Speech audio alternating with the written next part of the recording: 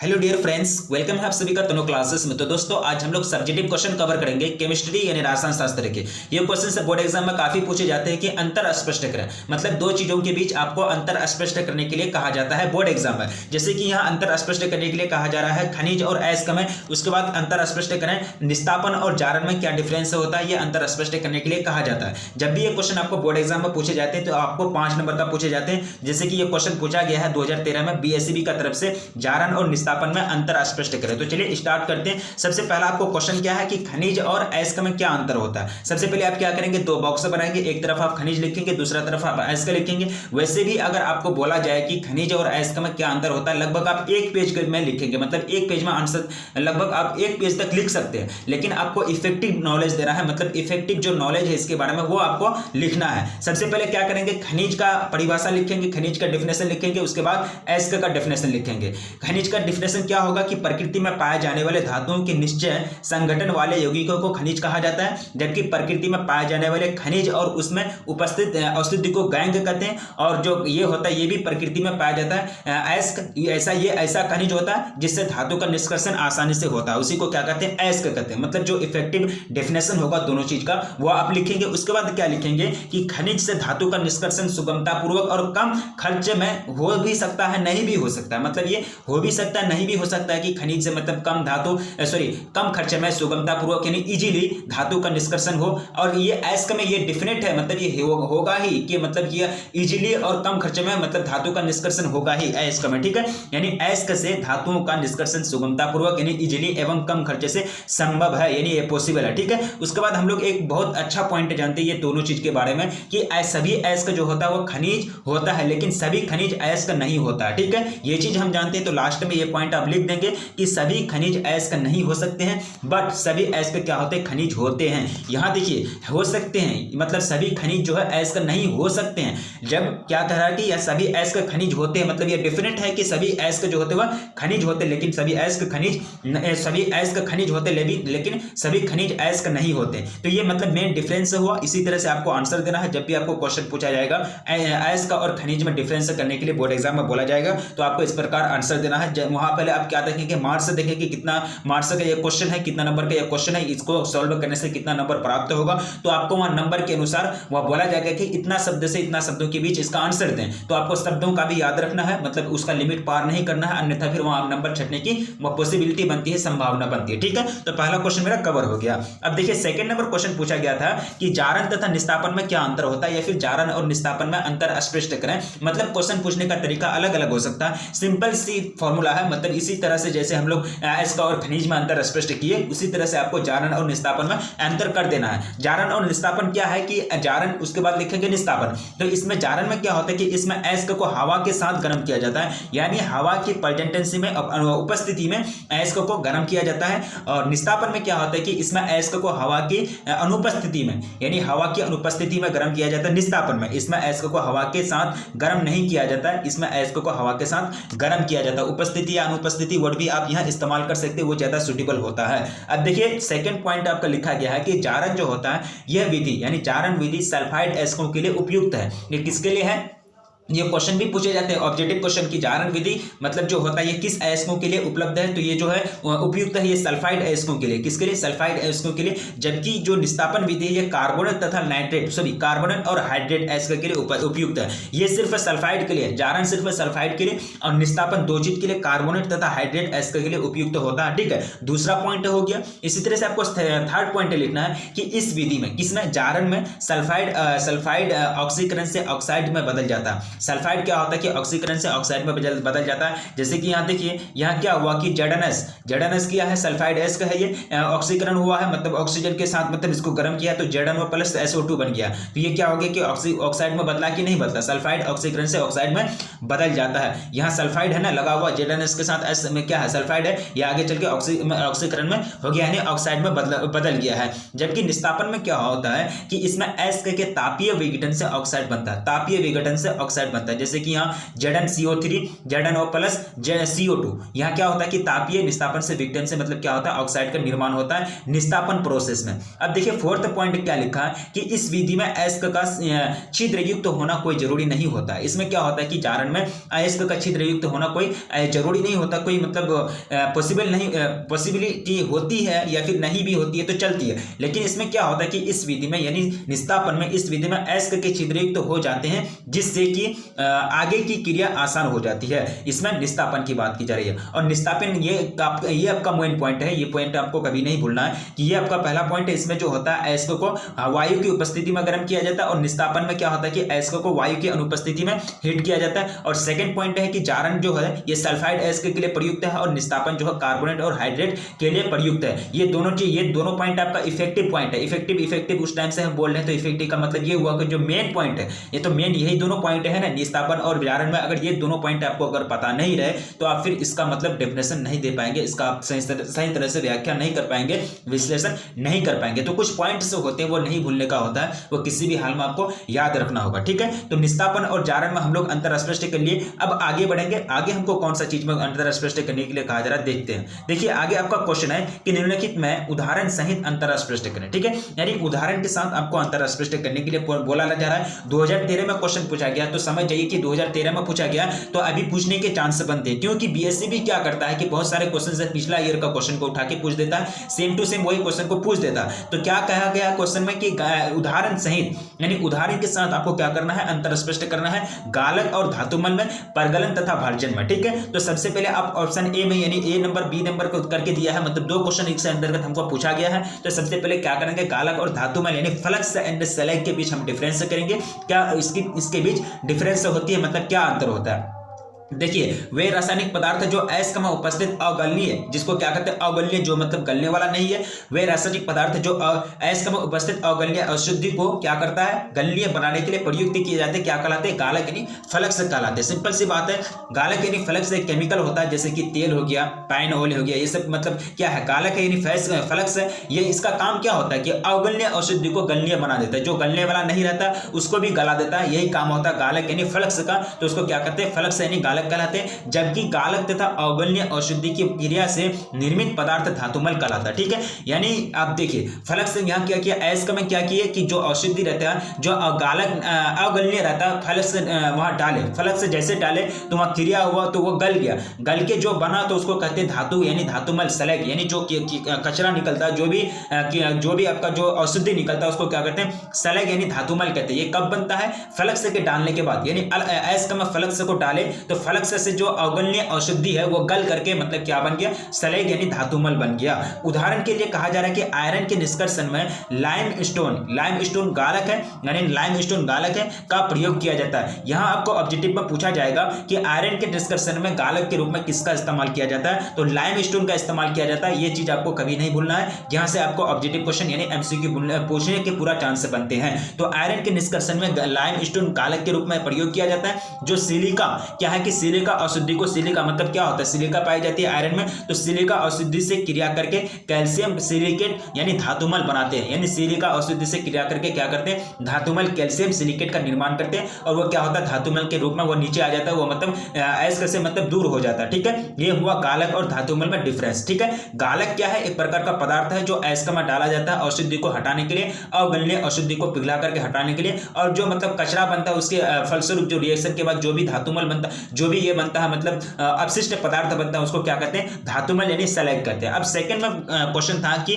परगलन तथा भर्जन में स्पष्ट करें, यानी परगलन और भर्जन में क्या डिफरेंस होता है। आपका ऑप्शन बी नंबर क्वेश्चन में आपको पूछा गया था। तो चलिए इसमें भी अंतर हम लोग स्पष्ट करते हैं। Smelting and roasting, smelting and roasting क्या होता है कि परगलन में अयस्क को कुछ अपचायक पदार्थ मुख्यतः कार्बन की उपस्थिति में धातु में परिवर्तित करने के लिए गर्म किया जाता है। यहाँ देखिए आपको क्वेश्चन क्या करा कि परगलन और भर्जन में स्मेल्टिंग एंड रोस्टिंग में आपको डिफरेंस करने के लिए कहा जा रहा है। तो परगलन में अयस्क को कुछ अपचायक पदार्थ पदार्थ जैसे कि कार्बन हो गया की उपस्थिति में धातु में परिवर्तित करने के लिए गर्म किया जाता है, हीट किया जाता है। जबकि वायु की सीमित मात्रा की उपस्थिति में क्या होता है कि सीमित मात्रा यानी लिमिटेड, मतलब इसमें क्या होता है कि मापा हुआ यानी नापा हुआ जो वायु होता है उसकी मात्रा की उपस्थिति में अयस्क से क्या होता है कि गलनांक से नीचे गर्म करने की जो क्रिया होती है इसको भर्जन कहते हैं, रोस्टिंग कहते हैं। क्या कहते हैं इसको?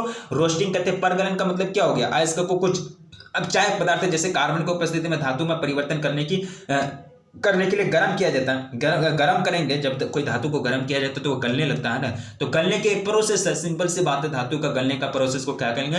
परगलन कहेंगे। और भर्जन क्या होता है कि वायु की सीमित मात्रा में अयस्क को गलनांक से नीचे गर्म करने की क्रिया को क्या कहते हैं? भर्जन कहते हैं। ठीक है, यानी गलनांक का जो पॉइंट है यानी बॉइलिंग पॉइंट समझते हैं, गलनांक समझते हैं, क्वथनांक समझते हैं, ये सब आपका गलनांक से भी नीचे यानी कम हीट देंगे, कम ताप देंगे तो उसको क्या कहेंगे? भर्जन कहेंगे। तो सेकंड नंबर क्वेश्चन था कि परगलन तथा भर्जन में स्पष्ट करें, ये भी हम लोग कवर कर लिए। तब आगे बढ़ते हैं, आगे आपका क्वेश्चन है, तो चलिए यहां हम आपके सामने एक चार्ट प्रस्तुत कर रहे हैं और यहां से कम आपको 2 नंबर फिक्स जो है ऑब्जेक्टिव क्वेश्चन पूछे जाएंगे, या आप मान लीजिए। ठीक है, या आप मान लीजिए या पूरा तरह से यहां से ऑब्जेक्टिव क्वेश्चन पूछे जाते हैं, यह परंपरा है बिहार बोर्ड की, यहां से क्वेश्चन आपको पूछे ही जाएंगे, कम से कम 2 नंबर एमसीक्यू यानी ऑब्जेक्टिव क्वेश्चन। तो ये चार्ट काफी इंपॉर्टेंट होता है और ये चार्ट आपको डेली लाइफ में भी जो होता है, डेली लाइफ में न्यूट्रिशन जो होता है, आप जो भी खाते पीते हैं, जो भी पोषण की क्रिया करने के लिए जो भी न्यूट्रिशन लेते हैं, जो भी आहार लेते हैं, तो उसमें भी मदद करता है। यह आप चार्ट के माध्यम से आप ये समझ सकते हैं कि हम कौन सी विटामिन लेते हैं, कौन से विटामिन नहीं लेते हैं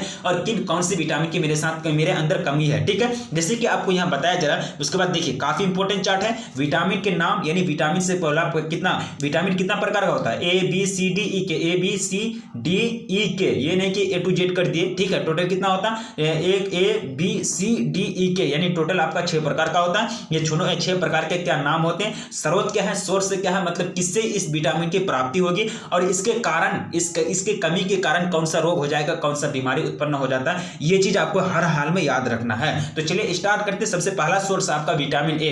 तो विटामिन ए जो है यह मछली तथा मछली का तेल, गाजर, मक्खन, दूध से प्राप्त की जाती है। अगर दूध पिएंगे तो आपको विटामिन ए की प्राप्ति होगी। अगर नहीं पिएंगे, अगर इसकी विटामिन ए की प्राप्ति अगर आप करना चाहेंगे तो ये सब क्या करेंगे? ये सब का इस्तेमाल करेंगे न्यूट्रिशन में, खाने पीने में, आहार में, तो आपको क्या होगी? विटामिन ए की प्राप्ति होगी। अगर आपको विटामिन ए की कमी है तो आपको कौन सा रोग हो जाएगा? डिफिशियंसी डिजीज कौन सा हो जाएगा? रतौंधी हो जाएगा और जेरोथैलेमिया क्या हो जाएगी? जेरोथैलेमिया हो जाएगा। ये आपका रोग हो सकता है विटामिन ए की कमी होने से। अब देखिए विटामिन B1 B2 B6 तक है, यानी B12 तक है, B2 B6 B12 तक है। तो विटामिन B1 देखिए, B1 में जो है यीस्ट, दूध, हरी सब्जी, सभी अनाज, जैसे कि हरी सब्जी आप खाएंगे या फिर दूध पिएंगे तो सभी अनाज जो खाएंगे ये जो प्राप्त होगी तो विटामिन B1 प्राप्त होगी इससे। ठीक है, यानी ये सोर्स है, ये आपका कौन सा सोर्स है? विटामिन B1 का मतलब सोर्स है। और इससे अगर कमी होगी, अगर विटामिन B1 की आपके पास अगर कमी है, आपका शरीर में कमी है, तो भूख नहीं लगेगा आपको, शारीरिक वृद्धि रुकना बंद हो जाएगा। अगर आपका वृद्धि अगर बढ़ रहा है, आपका वृद्धि अगर हो रही है, आपकी अगर मतलब शरीर जो है रुक गई है, तो वो आपका समझ जाइए कि आपके अंदर जो है विटामिन B1 की कमी है। इससे क्या होता है कि बेरी की बीमारी होती है, भूख नहीं लगेगा आपको और शारीरिक वृद्धि वो रुक जाएगा। मतलब आप अगर लंबाई में बढ़ रहे हैं तो लंबाई जहां तक है वहीं रह जाएंगे। ठीक है, इसलिए विटामिन B1 काफी इंपॉर्टेंट है। ये सब सोर्स को आपको याद रखना है। ये सब आप समझ सकते हैं ना कि ये जो चीज है, ये सब चीज कितना इंपॉर्टेंट है, मतलब आहार के लिए, मतलब न्यूट्रिशन के लिए, यानी अपना सेहत के लिए। ठीक है, अब देखिए विटामिन B2, इससे जो होता है दूध, यकृत, अंडा, एल्ब्यूमिन, किडनी, मतलब इससे मतलब प्राप्त की जाती है। ठीक है, ये आपका क्या है कि विटामिन B2 की प्राप्ति की जाती है दूध से, जो होता है लगभग काफी इंपॉर्टेंट है। दूध में लगभग प्रचुर मात्रा में सभी विटामिन से पाए जाते हैं। ठीक है, विटामिन B2 में क्या होता है कि अगर इसकी आपके पास कमी है, अगर ये चीज अगर विटामिन B2 अगर आपके शरीर में नहीं है तो आपके क्या होंगे कि होठ व मुंह किनारों का फटना, यानी होठ का फटना हो जाएंगे, होठ फटने लगेंगे। उसके बाद जीभ पर दाने आने लगेंगे। जीभ का मतलब क्या होगा कि मतलब घाव होने लगेगा, सूजन होने लगेगा। ये सब मतलब बीमारी हो सकती है विटामिन B2 की कमी से। ठीक है, काफी इंपॉर्टेंट है। अब देखिए विटामिन B6, विटामिन B6 में क्या होता है कि इसका क्या सोर्स है? यीस्ट, दूध। यहां भी आपका दूध आ गया, यहां भी दूध आ गया, यहां भी दूध आ गया, यहां भी दूध आ गया। वही बोले ना कि दूध एक ऐसी चीज होती है, दूध एक ऐसा आहार है जिसमें प्रचुर मात्रा में सभी विटामिन अवेलेबल होते हैं, सभी विटामिन पाए जाते हैं। तो विटामिन B6 जो होते हैं इसके क्या सोर्स है? यीस्ट है, दूध है, अंडे की जद्दी है, ये सब क्या है मतलब विटामिन B6 के सोर्स है और अनाज भी है। ठीक है, उसके बाद अगर इसकी कमी हो जाएगी तो कौन सा रोग होगा भाई, कौन सा बीमारी हो जाएगा? केंद्रीय तंत्रिका तंत्र, यानी केंद्रीय तंत्रिका तंत्र में गड़बड़ी हो जाएगी, यानी कन्वल्सन आना होगा, यानी कन्वल्सन हो जाएगा, यानी केंद्रीय तंत्रिका तंत्र अगर कमी हो जाएगी तो अगर तंत्रिका तंत्र आपके कंट्रोल में नहीं रहेगा तो आप क्या करेंगे, सही ढंग से संचालन नहीं कर पाएंगे, सही ढंग से चल फिर नहीं कर पाएंगे, सही ढंग से काम नहीं कर पाएंगे। तो ये सब कमी होती है विटामिन B6 की वजह से, ठीक है। तो विटामिन B6 से अगर आपको कमी बुझाए, मतलब आपको ये सब रोगों की कमी बुझाए, तो आप समझ जाएंगे ना, आप अपने आप खुद डॉक्टर बन सकते हैं। मतलब अगर आपके अंदर अगर आपको भूख नहीं लगेगा तो आप वहां क्या समझेंगे कि हमको विटामिन B1 की कमी है तो हमको ये सब चीज खाना पड़ेगा। शारीरिक वृद्धि अगर रुक गई है तो आप क्या करेंगे, विटामिन B1 की प्राप्ति करने के लिए ये सब चीज को बढ़ाएंगे, ये सब न्यूट्रिशन में, आहार में अपना ये सब चीज को शामिल करेंगे। अगर आपका होठ फट रहा है तो आप समझ जाएंगे कि आपका B2 यानी कमी है, आपके अंदर B2 विटामिन जो होता है ये इसकी कमी है, जिसके कारण आप दूध, यकृत और अंडे खाना मतलब शुरू कर देंगे, स्टार्ट कर देंगे, ये सब चीज को अपना आहार में शामिल कर लेंगे, ठीक है। तो ये सब चीज होता है, ये सब चीज आपने आप खुद सीख सकते हैं। मतलब मैंने आप लोगों को पहले ही बता दिया कि ये चार्ट के माध्यम से अपना जो सेहत होता है उस पर भी आप ध्यान रख सकते हैं। अब देखिए क्वेश्चन नंबर 5 पॉइंट में दिया गया है कि विटामिन B12 जो होता है ये मांस, मछली, अंडे तथा दही से प्राप्त की जाती है। ये चीज आपको याद रखना है कि मांस हो गया, मछली हो गया, अंडा और दही हो गया, ये सब से प्राप्ति जो होती है विटामिन B12 की प्राप्ति होती है। B12 की ये मतलब इसके क्या है, सोर्स है, मतलब स्रोत है। अगर इसकी कमी आ जाए तो क्या होगी कि आरबीसी की कमी हो जाएगी, जिसको रेड ब्लड सेल से बोलते हैं। क्या बोलते हैं, रेड ब्लड सेल्स, यानी हीमोग्लोबिन में आरबीसी की कमी आ जाएगी, रक्तता आ जाएगी विटामिन B12 की कमी से, ठीक है। इसलिए आरबीसी की कमी नहीं होनी देनी है। अगर आरबीसी की कमी हो जाएगी तो आपका जो खून होगा, यानी हीमोग्लोबिन जो होगा वो क्या होगा, मतलब कम हो जाएगा, ठीक है। यानी सारा चीज को बैलेंस करते हुए चलना है। अब देखिए 6ठा पॉइंट में लिखा है कि विटामिन सी जो होता है एस्कॉर्बिक एसिड की, जैसे कि जानते हैं, तो विटामिन सी की प्राप्ति होती है हरी सब्जी, आंवला हो गया, नींबू हो गया, संतरा हो गया, टमाटर हो गया, जितने भी खट्टे पदार्थ हैं वो सबसे विटामिन सी की प्राप्ति की जाती है। और हरी सब्जी से लगभग सभी विटामिन आता है। हरी सब्जी का इस्तेमाल कीजिए, हरी सब्जी मतलब खाते रहिए, ये काफी इंपॉर्टेंट होता है, मतलब न्यूट्रिशन के लिए, आहार के लिए और अपना सेहत के लिए, ठीक है।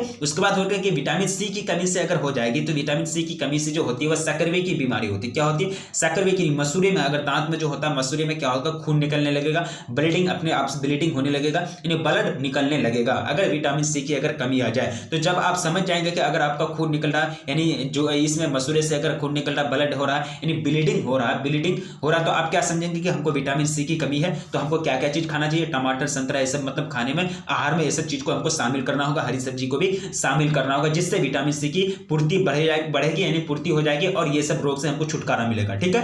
अब अगला पॉइंट है कि विटामिन डी जो होता है, मुख्य स्रोत जो होता है सूर्य का प्रकाश में अगर आप बैठ जाएंगे तो आपको मतलब विटामिन डी की प्राप्ति होगी। छोटे बच्चों को क्या किया जाता है कि उसके हड्डी कमजोर रहते हैं, तो विटामिन डी से जो होता है उसकी हड्डी मजबूत हो जाती है। तो ये सब क्या होते हैं कि उनको विटामिन डी की प्राप्ति होती है सूर्य का, मतलब छोटे छोटे बच्चों को क्या करते हैं, नवजात शिशु को जाड़ा का दिन में क्या करते हैं, उनको मतलब जो होता है इसमें गर्मी धूप में सुला दिया जाता है, क्योंकि उसको मतलब विटामिन डी की प्राप्ति होती है और उनका जो हड्डी होता है वो कमजोर होता है, जिसके कारण वो विटामिन डी को मतलब अचीव करता है और वो कमजोर हड्डी ये क्या होने लगता है, वो मजबूत होने लगता है, ठीक है। तो सूर्य की किरणें यानी रेज ऑफ जो होता है, ये रेज जो होता है ये काफी इंपॉर्टेंट होता है, विटामिन डी के स्रोत हैं। और विटामिन डी का और भी स्रोत है, मछली हो गया, अंडा हो गया, ये सब भी क्या है, विटामिन डी के स्रोत है। अगर ये सब की कमी हो जाए, विटामिन डी की अगर कमी हो जाए तो क्या होगा कि बच्चों की हड्डियों का मुड़ना, यानी बच्ची की हड्डी क्या होगी, अपने आप मुड़ने लगेंगे। ये क्या होगा, रिकेट्स की प्रॉब्लम आ जाएगी, रिकेट्स की बीमारी हो जाएगी। और क्या हो जाएगी, बड़ों में जो होगी, बड़ों की हड्डी में जोर यानी दर्द हो जाएंगे। अगर बड़े आदमी है तो उनके अगर विटामिन डी की अगर कमी है उसके अंदर, तो उसके हड्डी में क्या होगा कि दर्द होने लगेंगे, हड्डी जोरों में दर्द होने लगेगी, जहां जहां भी उसका जोड़न है,